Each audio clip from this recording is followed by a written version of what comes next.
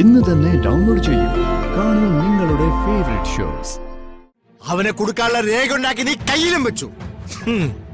നിന്റെ കമ്പനിയുടെ വലിപ്പം കാണിച്ചോണ്ട് ഇങ്ങോട്ട് വന്നാലുണ്ടല്ലോ, ഇപ്പോഴല്ല പണ്ട് പാടത്ത് പണിയെടുത്തിന്റെ തഴമ്പാണ് ഈ കയ്യില്. നീ എന്റെ മോന്റെ കയ്യിൽ ഓടിച്ചോളൂ, ഞാൻ നിന്റെ കഴുത്തായിരിക്കും ഓടിക്കുക, കേട്ടോടാ. നിത്യ എവിടെ പോയെന്ന് നിനക്കറിയോ?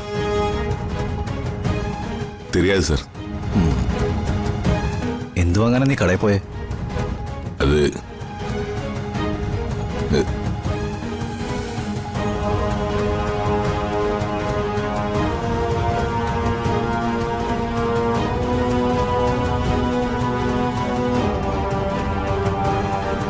ഇവിടെ ആർക്കാടാ പച്ചമരുന്നിന്റെ ആവശ്യം?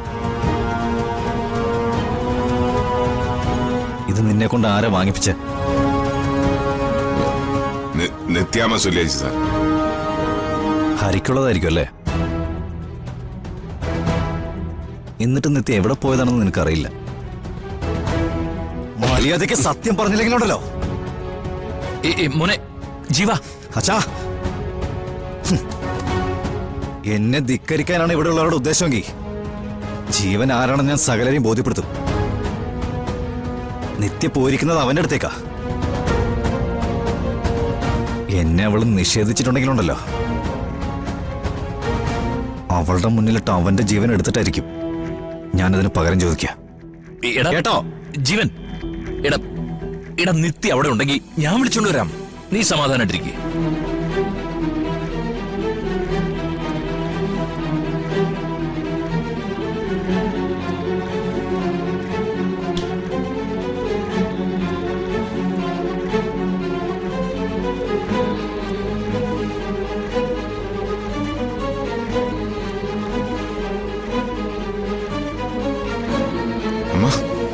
അമ്മ നിത്യാമ്മ എങ്കിരിക്ക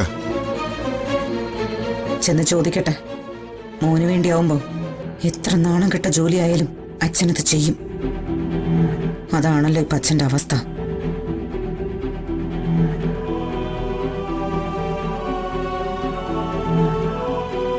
രാമേഷേട്ടാ, രാമേഷേട്ടാ,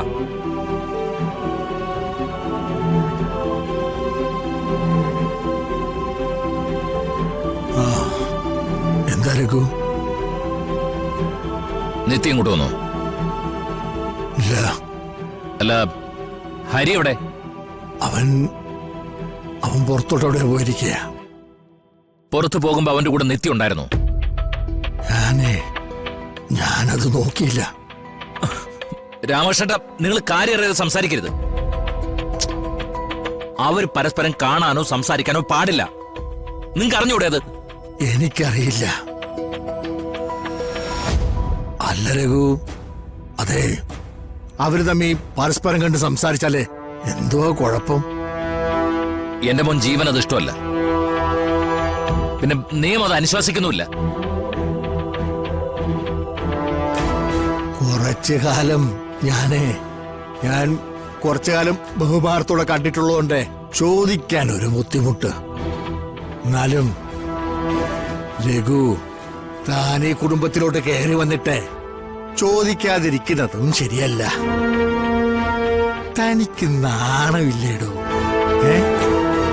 ഈ രാജ്യത്തിന് കാവലിരുന്ന ആളാ, എന്നിട്ട് ഈ ലോകത്തിലെ ഏറ്റവും വൃത്തികെട്ടവരെ കാവലി നിൽക്കുക. ഇപ്പോ നിങ്ങള് അവന്റെയൊക്കെ കാല് കഴുകി കുടിക്കാൻ നാണമില്ല ഇയാൾക്ക്? താൻ ഇവിടെ നിന്ന് ഇറങ്ങിപ്പോയിട്ട് തനിച്ചിരുന്ന് ഒന്ന് ആലോചിച്ചു നോക്ക്. എന്തിനാ താനിപ്പോ ഇങ്ങോട്ട് കയറി വന്നേന്ന്? താൻ ചെയ്ത ഈ ജോലിയുടെ അന്തസ് എന്താണെന്ന്? എടോ, ജീവിക്കാൻ ഗതിയില്ലാത്ത ചിലര് നാണമൊന്നും ഇല്ലാത്ത അതിഥികളാവും. പക്ഷേ തനിക്കിതിന്റെ ഒന്നും ആവശ്യം ഉണ്ടായിരുന്നില്ല. എടോ, കാശിനോട് ആർത്തി കാണിക്കുന്നവരെ ഞാൻ കണ്ടിട്ടുണ്ട്, പദവിയോട് താല്പര്യം കാണിക്കുന്നവരെ ഞാൻ കണ്ടിട്ടുണ്ട്. പക്ഷേ മകന്റെ കാശിന്റെ പുറത്ത് കിടന്ന് ഉറങ്ങുമ്പോഴേ തന്നെ പരിചയമുണ്ടെന്ന് പറയുന്നത് പോലും എനിക്കിപ്പോ വെറുപ്പ് പോലെയാ. നാണമില്ലേ രഘുവേ?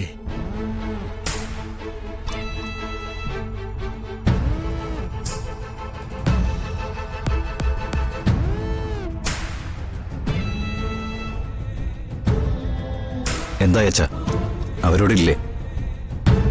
ഇല്ല. ഉണ്ടാവോ അച്ഛ? അവരെ മുറിയിൽ അടച്ചിട്ട് അവർക്ക് വേണ്ടി കാവൽ നിൽക്കുകയായിരിക്കും ഈ കാരണവര്. ഞാൻ പോയി നോക്കാം. ഡാ, ഡാ.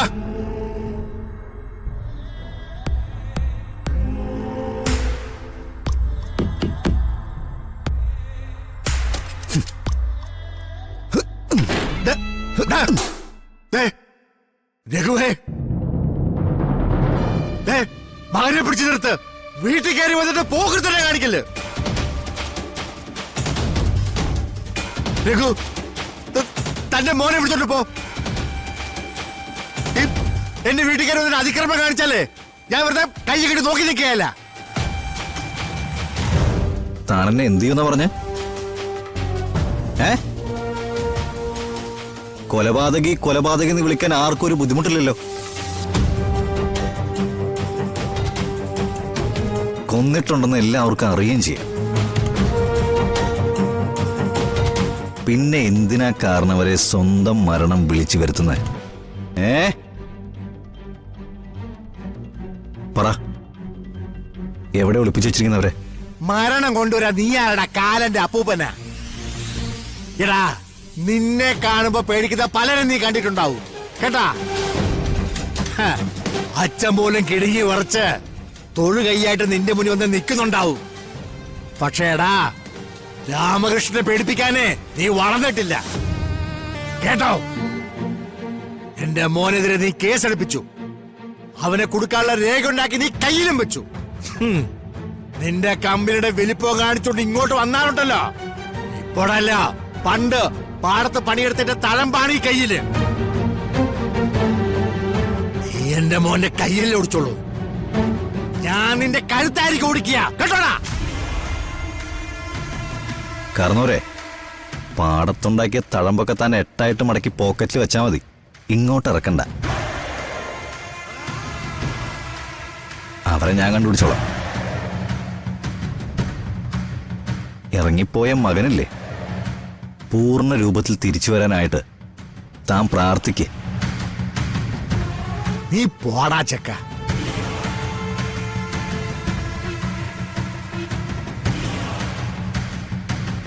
ഇടോ രഘു, വേഗം ചെല്ല്. മകൻ വേട്ടയ്ക്ക് പോകുമ്പോഴേ അച്ഛൻ ചൂട്ട് കത്തിച്ച് പുറകെ ചെല്ലണം കേട്ടാ. ഹരിയുടെ കാര്യത്തിൽ എനിക്ക് വലിയ പേടിയൊന്നുമില്ല. അവനൊരു ആൺകുട്ടിയാ. പുറത്തു പോയിട്ടുണ്ടെങ്കില് അവ അതേ രൂപത്തെ തിരിച്ചു കയറി വന്നോളും. ശല്യ മോന്റെ സുരക്ഷിതത്വം നോക്ക്.